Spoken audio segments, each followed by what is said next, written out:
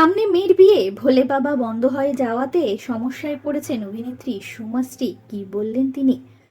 আপনাদের সবাইকে স্বাগত সিনে গসিপে।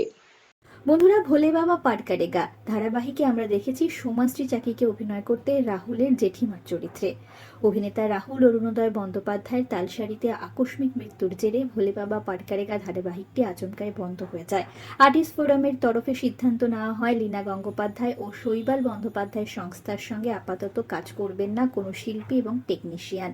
এমতো অবস্থায় সমস্যায় পড়েছেন অভিনেত্রী সোমাশ্রী চাকি। বন্ধুরা, তিনি সংবাদ মাধ্যমে জানিয়েছেন তার উদ্বেগের কথা। তিনি জানিয়েছেন, স্বামীকে হারিয়েছি কয়েক মাস হলো। এমনিতেই ওর চিকিৎসা করতে গিয়ে প্রায় সর্বশান্ত হয়ে গিয়েছিলাম আমরা। এই ডিসেম্বর মাসে আমার মেয়ের বিয়ে, কোথা থেকে কি করব ভেবে পাচ্ছি না। একটাই ধারাবাহিকে অভিনয় করছিলাম, বিভিন্ন জায়গায় কথা বলছি, চাইলেই তো আর কাজ পাওয়া যায় না, ফলে এখনো কোনো রাস্তা খুঁজে পাইনি। প্রসঙ্গত জানিয়ে দিয়ে অভিনেত্রী সোমাশ্রীর মেয়ের 26 বছর বয়স, মাস কমিউনিকেশনের ছাত্রী তিনি। মাঝে তিনিও চাকরি করতেন, তবে এই মুহূর্তে তার হাতেও কোনো চাকরি নেই, ফলে কোনো রাস্তায় দেখতে পাচ্ছেন না সোমাশ্রী। তিনি চান রাহুলের মৃত্যু কিভাবে হলো তার তদন্ত চলুক, তেমনি সব শিল্পীরাও যেন কাজের সুযোগ পান। আমরা হলাম সিনে গসিপ। জুড়ে থাকুন আমাদের সঙ্গে, সাবস্ক্রাইব করুন আমাদের এই ইউটিউব চ্যানেলটি।